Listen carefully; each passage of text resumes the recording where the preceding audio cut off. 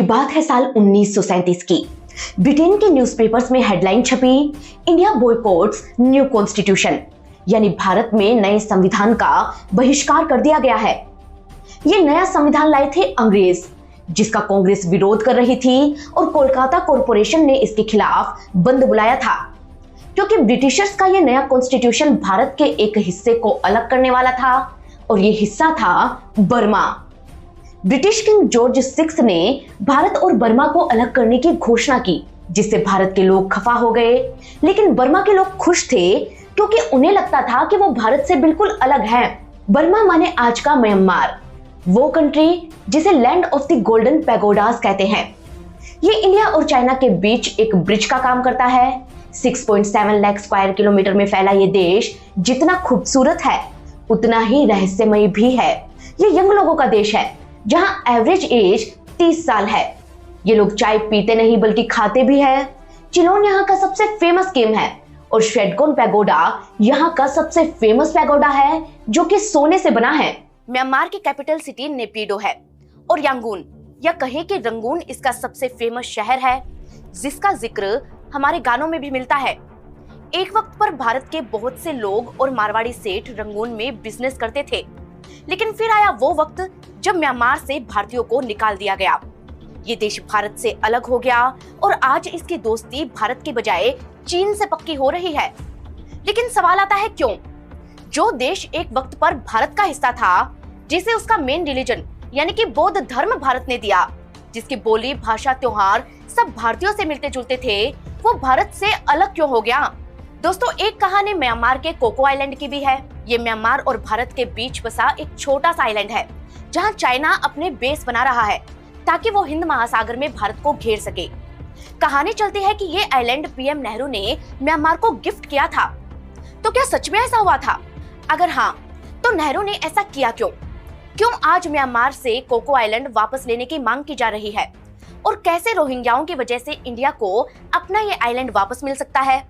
सवाल ये भी आता है कि क्यों भारत को म्यांमार से दोस्ती रखना जरूरी है? क्यों यूएसए आज भी म्यांमार को बर्मा कहकर ही बुलाता है? दोस्तों, आज म्यांमार की सरकार चीन की कठपुतली है। पाकिस्तान, श्रीलंका, बांग्लादेश भी कहीं ना कहीं चीन की गोद में ही जा बैठे हैं। ये भारत के लिए कितना खतरनाक साबित हो सकता है? रूस यूक्रेन का युद्ध कब तक खत्म हो सकता है? क्या दुनिया वर्ल्ड वॉर 3 की तरफ जा रही है? और क्या फिर से परमाणु बम बनाने की होड़ मचने वाली है? इन सभी सवालों का सटीक जवाब आपको मिलेगा हमारे नए पॉडकास्ट में, जिसे आप जरूर देखिएगा। लेकिन फिलहाल हम टॉपिक पर वापस आते हैं और म्यांमार की कहानी को शुरू से शुरू करते हैं।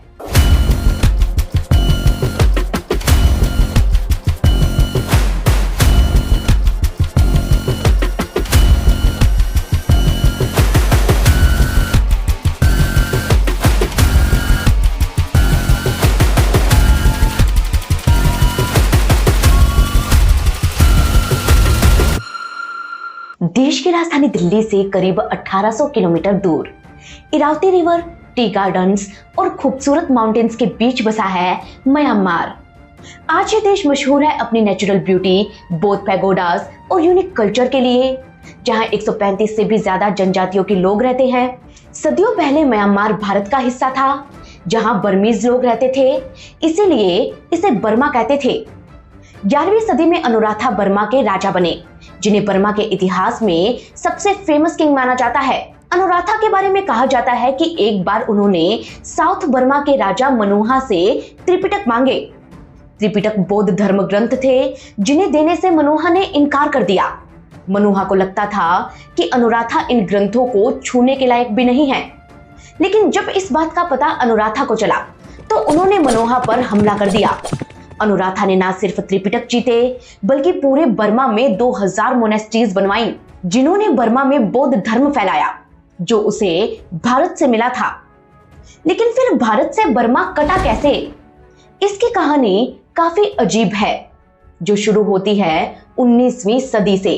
हुआ यूं कि तब अंग्रेज एक एक करके भारत की रियासतों को गुलाम बनाते जा रहे थे। उन्होंने भारत के साथ साथ बर्मा पर भी अटैक किया, जिसके बाद 1885 में एंग्लो बर्मीज वॉर हुआ, जिसमें बर्मा हार गया। यहीं से वो अंग्रेजों का गुलाम बन गया और अंग्रेज भारत की तरह ही बर्मा का राज भी कोलकाता से चलाने लगे। माने भारत और बर्मा एक ही थे। यहाँ का शहर रंगून एक बड़ा बिजनेस हब था।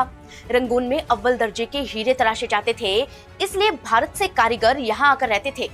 वहीं यहाँ के टीक वुड बिजनेस पर भी भारतीयों का कंट्रोल था। 200 टीक माने की सागौन, इसके बड़े बड़े पेड़ पूरे बर्मा में फैले थे। इसकी लकड़ी से फर्नीचर, फर्श, दरवाजे, यहाँ तक कि शिप भी बनते थे। यही कारण था कि वर्ल्ड मार्केट में सागौन की लकड़ी की काफी डिमांड हुआ करती थी। माने बिजनेस पर भारतीयों का कंट्रोल था और जेलें बना रखी थी अंग्रेजों ने। कहते हैं कि पूरे बर्मा में अंग्रेजों ने कई स्पेशल सेल बनाई हुई थी, जिनमें वो भारत के क्रांतिकारियों को कैद किया करते थे। 1857 की क्रांति के बाद उन्होंने मुगल बादशाह बहादुर शाह जफर को यहाँ कैद किया। वहीं बाल गंगाधर तिलक भी लंबे वक्त तक मांडले जेल में कैद रहे। 1911 तक बर्मा का राज भी कोलकाता से ही चलता था, लेकिन फिर अचानक बर्मा को भारत से अलग करने की डिमांड होने लगी। ये मांग क्यों उठी, उसके पीछे की कहानी मैं आपको आगे सुनाऊंगी। लेकिन फिलहाल उस वक्त माने कि 1911 में अंग्रेजों ने इस पर ध्यान नहीं दिया। 1918 में वर्ल्ड वॉर फर्स्ट तक ये मामला ठंडे बस्ते में रहा, लेकिन फिर 2 साल बाद ये डिमांड वापस उठी और इसके 2 साल बाद यानी कि 1922 में बर्मा के विधायक माओको बाय ने अलग बर्मा की मांग करते हुए एक कमेटी बनाने की सिफारिश की। लेकिन तब उनकी मांग को ये कहकर ठुकरा दिया गया कि ये बहुत आगे की बात है, पहले बर्मा के पास अपना बेहतर संविधान तो हो। लेकिन इसके बाद भी बर्मा को भारत से अलग करने की डिमांड होती रही, जिस पर अंग्रेजों ने गौर किया 1928 में। उस साल साइमन कमीशन भारत आया। इस कमीशन में ब्रिटिश पार्लियामेंट के 7 लोग थे और इसके चीफ थे सर जॉन साइमन। ये 1919 के भारत सरकार अधिनियम के कामकाज की समीक्षा करने आया था, जिसका भारत में विरोध हो रहा था क्योंकि इसमें एक भी भारतीय नहीं था। लेकिन बर्मा के नेताओं ने इस कमीशन का वेलकम किया और इसके आगे एक सीक्रेट अपील रखी। अपील में उन्होंने कहा कि बर्मा और भारत की जनसंख्या में काफी बड़ा अंतर है। दोनों देशों की ज्योग्राफी भी अलग है, जिसमें कांटेक्ट बनाए रख पाना बहुत मुश्किल है। ऐसे में बर्मा को भारत से अलग कर देना चाहिए। एक लॉजिक उन्होंने ये भी दिया कि 1044 बीसी तक भारत और बर्मा के बीच संपर्क बहुत कम था। भारत की हिस्ट्री, लैंग्वेज और कल्चर भी बर्मा से अलग है। लगता नहीं है कि अंग्रेजों के जाने के बाद भारत की सेना भी एकजुट रह पाएगी। ये सोचना भी इम्पॉसिबल है कि मद्रासी, बंगाली, ब्राह्मण, सिख, पंजाबी और पठानों की एक ही रेजिमेंट और एक ही कंपनी में साथ साथ भर्ती होगी। दोस्तों, बर्मा के ये लॉजिक अजीब थे क्योंकि सच्चाई कुछ और थी। दरअसल भारत से अलग होने की बर्मीज की डिमांड के पीछे सारा खेल पैसों का था और ये पैसा आता था सागौन इंडस्ट्रीज से। दरअसल बर्मीज की शिकायत थी कि उनके सागौन इंडस्ट्री पर भारतीयों और चीनियों ने कब्जा कर रखा है और उन्हें अपने ही घर में लेबर का काम करना पड़ रहा है। बात यह भी हुई कि सागौन की बिक्री का असली फायदा तो यूरोपियन लोगों को मिलता है और बर्मीज खाली हाथ रह जा रहे हैं। 1931 तक बर्मा के हालात ये थे कि यहाँ पर सिर्फ 7% भारतीय रहते थे, लेकिन टैक्स का 55% पैसा उन्हीं से ही आता था, जबकि 11% टैक्स ही बर्मीज लोग भरते थे। बर्मीज मानते थे कि भारतीय जरूरत से ज्यादा प्रॉपर्टी बना रहे हैं, पैसा कमा रहे हैं, जो कि भारतीयों की बिजनेस स्किल्स थी। लेकिन बर्मा के लोग इससे अच्छे खासे खफा थे और वो सोच रहे थे कि भारत से अलग होकर वो अपने रिसोर्सेज अपने पास ही रख पाएंगे। इसलिए उन्होंने अलग देश बनाने की डिमांड तेज कर दी। 1928 में यूमा यू नाम के एक बैरिस्टर ने बर्मा को भारत से अलग करने की अपील टाइटल वाला एक पैम्पलेट लिखा, जिसमें उन्होंने दावा किया कि बर्मा भारत का एक प्रांत है, इसलिए उसे हर साल 6.8 करोड़ रुपए का नुकसान हो रहा है। उन्होंने शिकायत की कि बर्मा को मिलने वाला पैसा अफगानिस्तान और भारत के दूर दराज वाले इलाकों में यूज हो रहा है, जो कि उनके साथ एक नाइंसाफी की तरह है, इसलिए वो भारत से अलग होना चाहते हैं। अब उन्होंने तो डिमांड रख दी, लेकिन यहाँ सवाल ये आता है कि अंग्रेजों ने उनकी डिमांड मानी क्यों? क्योंकि अंग्रेजों को डर था कि जैसे भारत में आजादी को लेकर आंदोलन हो रहे हैं, वैसे ही बर्मा में ना होने लगे। दरअसल उस वक्त तक बर्मा के कुछ लोगों ने इंडिया के फ्रीडम फाइटर्स के साथ मिलकर अंग्रेजों के खिलाफ काम करना शुरू कर दिया था, जिन्हें रोकना अंग्रेजों के लिए जरूरी था।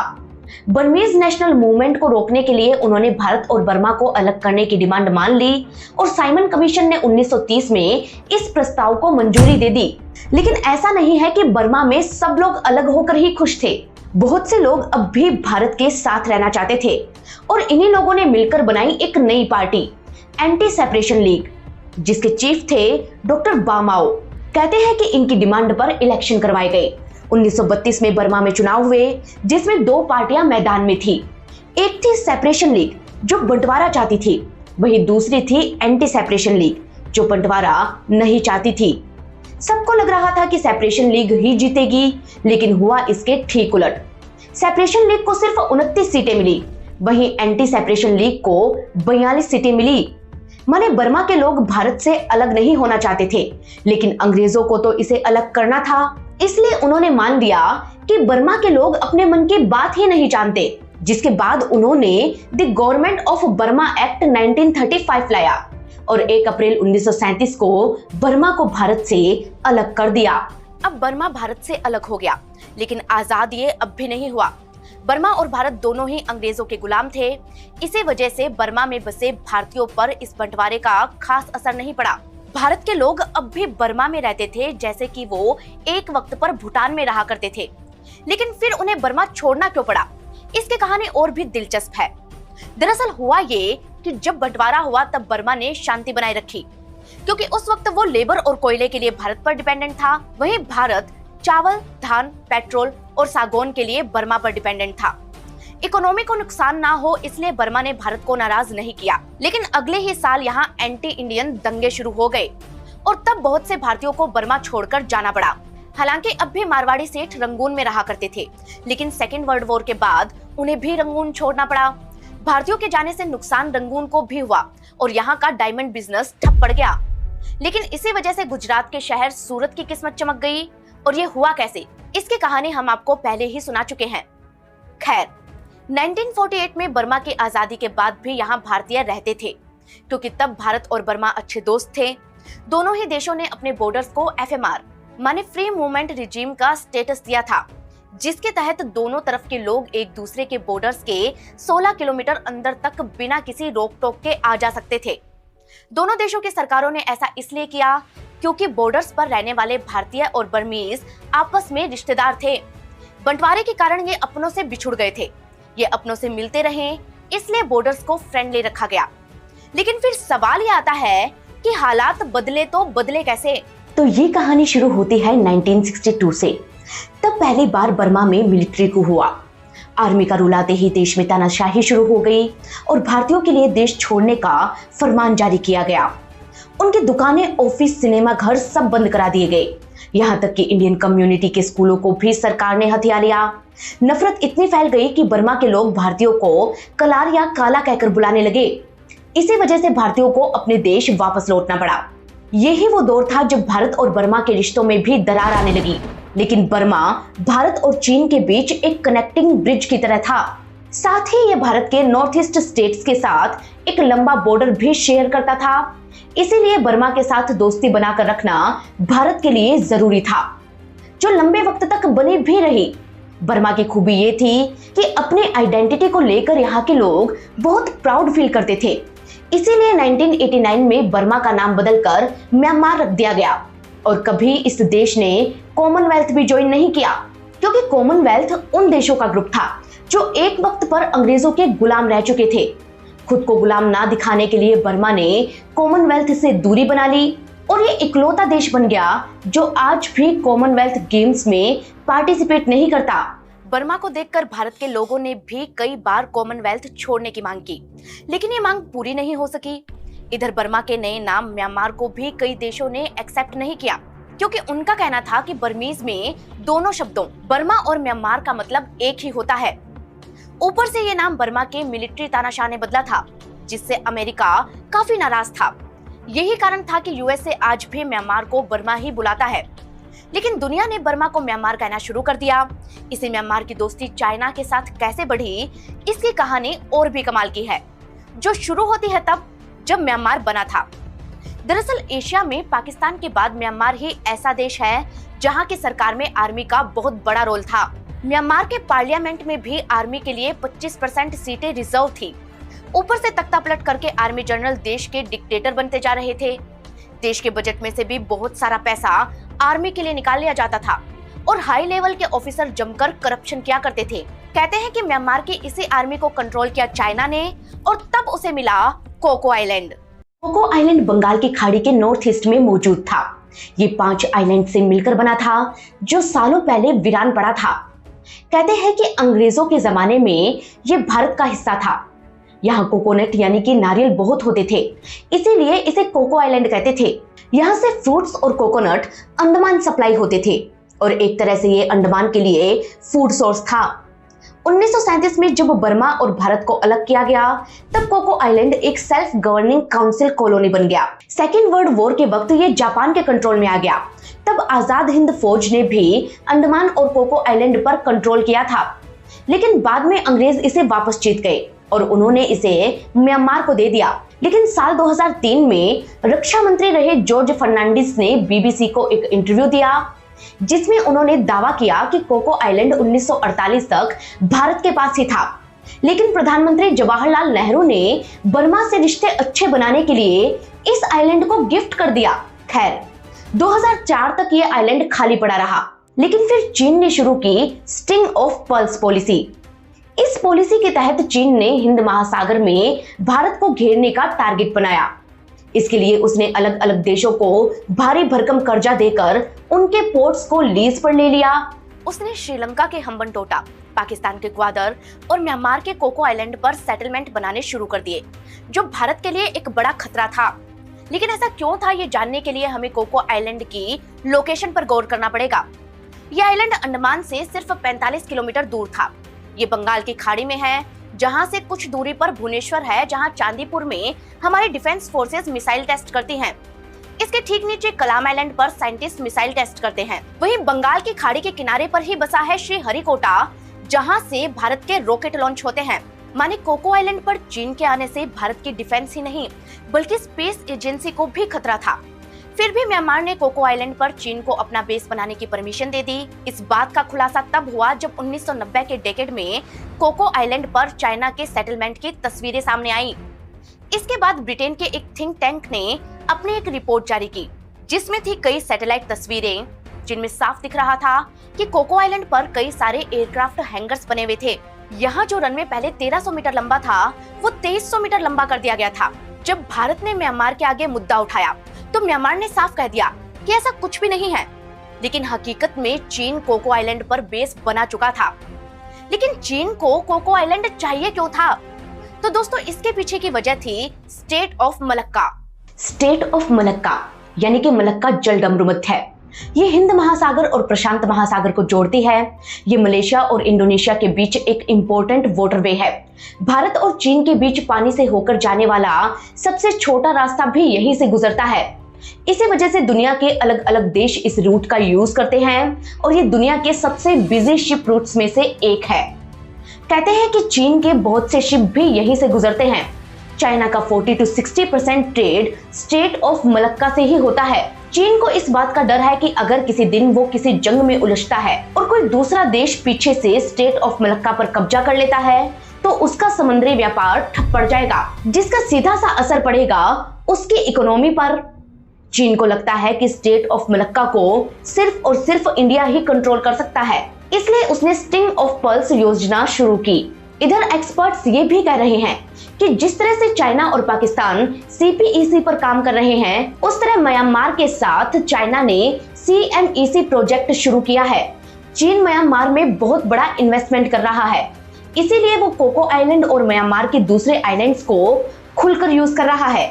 एक्सपर्ट्स कहते हैं कि कोको आइलैंड को वापस पाने और चीन को रोकने के लिए भारत रोहिंग्याओं का यूज कर सकता है। अब वो कैसे, इसे समझने के लिए हमें सबसे पहले रोहिंग्याओं की कहानी को जानना होगा। 1400 की बात है। बांग्लादेश के बॉर्डर पर बसे रखाइन प्रांत में कुछ मुसलमान आकर रहने लगे। अब रखाइन था म्यांमार में और यही मुस्लिमों की म्यांमार में फर्स्ट एंट्री मानी जाती है। 1430 में रखाइन के बौद्ध राजा नारा मिखला के दरबार में ये नौकर थे। फिर धीरे धीरे इन्हें एडवाइजर और दरबारियों जैसे ऊंचे ओहदे भी दिए जाने लगे, जिसके बाद यहाँ रोहिंग्या मुस्लिमों का नंबर बढ़ता गया। लेकिन म्यांमार था एक बुद्धिस्ट कंट्री, जहाँ के लोगों ने रोहिंग्याओं को कभी अपना नहीं माना। ये रोहिंग्याओं को बांग्लादेशी घुसपैठिया मानते थे। इसी वजह से बौद्ध और रोहिंग्याओं में कभी बने ही नहीं। 1785 में बौद्धों ने रखाइन पर अटैक करके पहली बार रोहिंग्याओं को मारा था, जिसके बाद 35,000 रोहिंग्या भागकर बंगाल आ गए। 1826 में जब एंग्लो बर्मीज वॉर हुआ तब रोहिंग्या फिर रखाइन लौटे। कहते हैं कि तब ये लोग अंग्रेजों के लिए जासूसी किया करते थे, इसीलिए अंग्रेज इनकी शय लेते थे। लेकिन अंग्रेजों के जाने के बाद ये फिर अकेले हो गए। आजादी के बाद म्यांमार ने इन्हें पूरी तरह अलग थलग कर दिया और लोग कहने लगे कि रोहिंग्या असल में बांग्लादेशी किसानों की एक कौम है जो जबरदस्ती म्यांमार में बसे हैं। इधर बांग्लादेश ने भी इन्हें अपना मानने से इनकार कर दिया, जिस वजह से रोहिंग्या वो कम्युनिटी बन गई जिसका अपना कोई देश ही नहीं रहा। 1962 में जब म्यांमार में मिलिट्री कू यानी कि सैन्य तख्तापलट हुआ तब रोहिंग्याओं से देश छुड़ाने की पूरी कोशिश की गई। इन्हें सिटीजनशिप देने से मना कर दिया गया। 1982 में इनके सारे राइट्स छीन लिए गए, इनकी बस्तियों को जलाया गया, जमीनें हड़पी गई, मस्जिदों को ढहाया गया और नए स्कूल, मकान, दुकानें और मस्जिदें बनाने से इन्हें बैन कर दिया गया। परेशान आकर इन्होंने अलग रोहिंग्या देश बनाने की डिमांड की, लेकिन ये डिमांड भी पूरी नहीं हुई। वक्त के साथ हालात बद से बदतर होते चले गए और असली बखेड़ा खड़ा हुआ साल 2017 में। उस साल म्यांमार में हिंसा भड़क गई। यहाँ बौद्धों और रोहिंग्याओं के बीच दंगे होने लगे। इन दंगों के पीछे सिर्फ एक नाम था, अशीन विराथू, जिन्हें बर्मा का बिन लादेन भी कहते हैं। विराथू ही थे जिनके भाषण सुनकर म्यांमार के शांत रहने वाले बुद्धिस्ट मॉन्क भड़क गए और मारकाट मचा दी। लेकिन विराथू ने ऐसा किया क्या, ये जानने के लिए उनकी कहानी जानना जरूरी है। अशीन विराथू 1968 में पैदा हुए। 14 साल की उम्र में उन्होंने स्कूल छोड़ दिया और बन गए बौद्ध भिक्षु। म्यांमार का रंगून के बाद दूसरा सबसे बड़ा शहर है मांडले। यहीं पर विराथू का बौद्ध मठ है। आज से 12-15 साल पहले उन्हें कोई नहीं जानता था, लेकिन 2001 में वो लाइमलाइट में आए जब उन्होंने मुस्लिम विरोधी गुट 969 को ज्वाइन किया। 969 वो ऑर्गेनाइजेशन था जिसे बुद्धिस्ट कल्चर को सिक्योर करने के लिए बनाया गया था। ये लोग कहते थे कि बौद्धों को अपने ही लोगों से खरीदारी करनी चाहिए, अपने ही लोगों को प्रॉपर्टी बेचनी चाहिए और शादी भी अपने ही धर्म में करनी चाहिए। शुरू में विराथू इस ऑर्गेनाइजेशन के एक्टिव मेंबर थे। धीरे धीरे वो ही इसके चीफ बन गए। उन्होंने अपने मठ के बाहर खूंखार तस्वीरें लगा दी जिसमें मुस्लिमों ने बौद्धों को मारा था। वहीं वो खुद मुसलमानों के खिलाफ खुलकर जहर उगलने लगे। कई बार उनके भाषणों की वजह से दंगे फसाद भी हुए, जिसकी वजह से 2003 में उन्हें 25 साल की कैद की सजा सुनाई गई। लेकिन 7 साल बाद यानी कि 2010 में वो फिर बाहर आ गए और फिर से रोहिंग्याओं के खिलाफ जहर उगलना शुरू कर दिया। यहीं से वो म्यांमार के लोगों के बीच फेमस होते चले गए और 1 जुलाई 2013 को टाइम मैगजीन के फ्रंट पेज पर फोटो छपने से उनकी शोहरत और बढ़ गई। हालांकि इस तस्वीर पर टाइटल में लिखा था बुद्धिस्ट आतंकवाद का चेहरा, लेकिन विराथू को इससे कोई फर्क नहीं पड़ा। उल्टा एक बार जब उनसे पूछा गया कि क्या वो बर्मा के बिन लादेन हैं, तो उन्होंने कहा कि वे इससे इनकार नहीं करेंगे। दरअसल विराथू और म्यांमार के लोग मानते हैं कि रोहिंग्या उनकी भावनाओं का सम्मान नहीं करते। ये लोग बकरीद पर गाय की कुर्बानी देने के खिलाफ थे, लेकिन रोहिंग्याओं ने कभी कुर्बानी रोकी नहीं। इस्लाम और बौद्ध धर्म के बिलीफ सिस्टम में मिसमैच होने की वजह से ये दोनों कम्युनिटी एक दूसरे की जानी दुश्मन बन गई। म्यांमार के बुद्धिस्ट लोग मानने लगे कि म्यांमार को एक इस्लामिक राज्य बनाने के लिए मुस्लिम एक मास्टर प्लान बना रहे हैं, इसीलिए इन्हें रोकना जरूरी है। और इन्हें रोकने के चक्कर में दंगा भड़का और रातों रात रोहिंग्याओं की लाशें बिछा दी गई। 7 लाख रोहिंग्याओं को जान बचाकर म्यांमार से भागना पड़ा, जिन्हें बांग्लादेश में एंट्री तो मिली नहीं और वो आ घुसे भारत में। अब वैसे तो भारत इन्हें रिफ्यूजी नहीं मानता और ना ही ये भारत की ठेकेदारी है, लेकिन इनकी वजह से भारत को कोको आइलैंड वापस मिल सकता है। एक्सपर्ट्स कहते हैं कि ऐसा करने के लिए भारत को वो डॉक्यूमेंट्स खोजने होंगे जिनमें इस बात का प्रूफ है कि कोको आइलैंड म्यांमार को भारत ने ही गिफ्ट किया था। अगर वो डॉक्यूमेंट्स मिल जाते हैं तो भारत कह सकता है कि उसने कोको आइलैंड म्यांमार की चुनी हुई सरकार को दिया था, ना कि आर्मी डिक्टेटर को। और क्योंकि अब म्यांमार में मिलिट्री डिक्टेटरशिप है, इसलिए वो कोको आइलैंड वापस लेना चाहता है। इंडिया ये लॉजिक दे सकता है कि कोको आइलैंड का इस्तेमाल वो रोहिंग्याओं को बसाने में करना चाहता है। मीडिया रिपोर्ट्स बताते हैं कि इंडियन ओशन में सेफ रहने के लिए ये जरूरी है कि भारत कोको आइलैंड को चीन से दूर रखे, लेकिन चाइना अभी भी वहां काफी एक्टिव है। हिंदुस्तान टाइम्स की एक रिपोर्ट के मुताबिक सितंबर 2019 में एक चाइनीज रिसर्च वेसल अंडमान की कैपिटल सिटी पोर्ट ब्लेयर के बिल्कुल करीब आ गया था। आशंका जताई गई कि यह भारत के एक्सक्लूसिव इकोनॉमिक जोन का सर्वे कर रहा था। इन सालों में भारत के वाटर एरिया में म्यांमार की कुछ बोट्स भी पकड़ी गईं। जब इन बोट्स को चेक किया गया तो पता चला कि बोट्स तो म्यांमार की ही थी, लेकिन उसमें लोग थे चाइना के। हालांकि म्यांमार इस बात से इनकार करता रहा है। वो कहता है कि कोको आइलैंड पर सिर्फ 1000 लोग रहते हैं जो म्यांमार की सेना के हैं, लेकिन असली हकीकत पूरी दुनिया जानती है। म्यांमार से दोस्ती कायम रखने के लिए ये जरूरी है कि वहाँ की मिलिट्री डिक्टेटरशिप को हटाया जाए। ऐसा हो भी सकता है क्योंकि म्यांमार की जनता खुद अपनी आर्मी से परेशान है। ज्योग्राफिकली म्यांमार एशिया का 11वां सबसे बड़ा देश है, जिसकी आबादी 5.5 करोड़ है, माने बांग्लादेश से भी कम।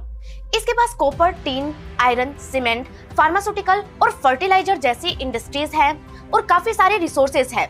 लेकिन फिर भी यहाँ के लोग गरीब हैं क्योंकि यहाँ की आर्मी का रिसोर्सेज पर पूरी तरह कंट्रोल है। म्यांमार की करेंसी क्यात की वैल्यू भी गिरती जा रही है। 1 रुपया देकर आपको 21 क्यात मिलेंगे। यहाँ की इकोनॉमी सिर्फ $70 बिलियन की ही है और ये लोग आज भी कम पैसे में जी रहे हैं। यही कारण था कि जब आंग सान सू की ने मिलिट्री राज के खिलाफ आवाज उठाई तो म्यांमार की जनता ने उनका साथ दिया। नतीजा ये रहा कि 2016 में वो स्टेट काउंसलर बने और तब भारत और म्यांमार के रिश्तों में एक नई ताजगी आई। कहते हैं कि सूकी के राज में म्यांमार और भारत के रिश्ते तेजी से सुधर रहे थे। दिसंबर 2020 में उन्होंने भारत से एक सबमरीन ली। दोस्तों, सबमरीन एक हैवी मशीन होती है। इसे जिस भी कंट्री से इंपोर्ट किया जाता है उस पर डिपेंडेंसी काफी बढ़ जाती है। ऐसे में भारत से म्यांमार का सबमरीन लेना एक महत्वपूर्ण कदम था, जिससे चीन चिढ़ गया। चीन बंगाल की खाड़ी को कंट्रोल करने के सपने देख रहा था और इस सपने को पूरा करने में भारत और म्यांमार की दोस्ती सबसे बड़ी रुकावट थी। इसीलिए उसने फिर से म्यांमार में एक मिलिट्री कूप प्लान किया। उसने सेना की मदद के लिए इंटरनेट बंद करवाया, लोगों के विरोध को कुचलने के लिए आर्मी को एडवांस वेपन दिए। इंडिया और म्यांमार के सबमरीन डील के ठीक 2 महीने बाद ही उसने म्यांमार में तख्ता पलट करवा दिया और आंग सान सू की को जेल में डाल दिया। इस मिलिट्री कू के विरोध में म्यांमार की जनता ने चाइनीज एम्बेसी के सामने जाकर शेम ऑन यू चाइना के नारे भी लगाए, लेकिन म्यांमार की मिलिट्री पावर अपने कंट्रोल में ले चुकी थी। आज भी म्यांमार की ये मिलिट्री गवर्नमेंट चीन के इशारों पर काम करती है, लेकिन खुलेआम दिखाती नहीं है। वहीं भारत के लिए म्यांमार से रिश्ते कायम करना इसलिए जरूरी है क्योंकि यहाँ की कलादान रिवर जो भारत और म्यांमार दोनों से बहती है, वहां पर भारत एक बहुत बड़ा और इम्पोर्टेंट प्रोजेक्ट बना रहा है। इसमें भारत अपने नॉर्थ ईस्टर्न स्टेट्स को जोड़ने के लिए एक नया रास्ता बना रहा है ताकि सिलीगुड़ी कॉरिडोर पर उसकी डिपेंडेंसी कम हो सके। ऐसे में म्यांमार से दोस्ती ही एकमात्र रास्ता है। वैसे भी इतिहास में जाकर देखा जाए तो म्यांमार की आबादी का एक बड़ा हिस्सा भारत से अलग होने के फेवर में कभी नहीं था। फिर भी अंग्रेजों ने अपने फायदे के लिए इसे अलग से देश बना दिया, जिसकी मिलिट्री को गुलाम बनाकर चीन इस देश का फायदा उठा रहा है। लेकिन असल में म्यांमार के लोग भारत से प्यार करते हैं। म्यांमार की जितनी भी चुनी हुई सरकारें थीं, वो हमेशा भारत की अच्छी दोस्त रहीं। म्यांमार का कल्चर और बौद्ध धर्म इसे भारत के करीब रखता है। दोस्तों, म्यांमार एक खूबसूरत देश है। थिंगयान यहाँ का सबसे फेमस फेस्टिवल है। ये वाटर फेस्टिवल है जिसके साथ बर्मीज न्यू ईयर सेलिब्रेशन भी करते हैं। म्यांमार में गर्मी बहुत पड़ती है, इसलिए यहाँ के लोग थानाका पेड़ की छाल से बनी एक स्पेशल क्रीम लगाते हैं जो नेचुरल सनस्क्रीन का काम करती है। यहाँ महिलाएं भी लुंगी पहनती है और कयान ट्राइब की लेडीज की गर्दन नॉर्मल लोगों से ज्यादा लंबी होती है क्योंकि ये बचपन से ही एक स्प्रिंग पहनती है जो इनकी गर्दन को लंबा और खूबसूरत बनाती है। म्यांमार के ज्यादातर लोग बौद्ध धर्म को मानते हैं और यहाँ इतने सारे पैगोडाज हैं कि इसे लैंड ऑफ गोल्डन पैगोडाज भी कहते हैं। इस खूबसूरत देश को चीन की बुरी नजर से बचाना भारत के लिए जरूरी है। दोस्तों, म्यांमार ही नहीं बल्कि नेपाल, भूटान, श्रीलंका को भी चीन की बुरी नजर से बचाना जरूरी है। ये वो देश हैं जो कभी भारत का ही हिस्सा थे। इन्हें चीन की बुरी नजर से कैसे बचाया जा सकता है, इस सवाल का जवाब हमें दिया है इंटरनेशनल रिलेशनशिप पर एक्सपर्टीज रखने वाले जेएनयू के प्रोफेसर अमिताभ सिंह ने। अमिताभ सर के साथ हमारा ये पॉडकास्ट आप जरूर देखें और नेपाल, भूटान, श्रीलंका भारत का हिस्सा क्यों नहीं बने, ये जानने के लिए हमारे वीडियोस देखें, जिनका लिंक आपको डिस्क्रिप्शन में मिल जाएगा। दोस्तों, पाकिस्तान में भारत की कौन कौन सी रियासतें गईं, इसकी सीरीज अभी चल रही है, जिसके नेक्स्ट पार्ट हम लेकर आएंगे अगर आप चाहेंगे तो। इसके अलावा आप क्या कुछ देखना चाहते हैं, हमें कमेंट करके जरूर बताइएगा। और जाने से पहले हमें ये बताना ना भूलें कि आप हमें कहां से देख रहे हैं और ये रिपोर्ट आपको कैसे लगी। दोस्तों, हम मिलेंगे आपको किसी नई कहानी के साथ। तब तक के लिए धन्यवाद।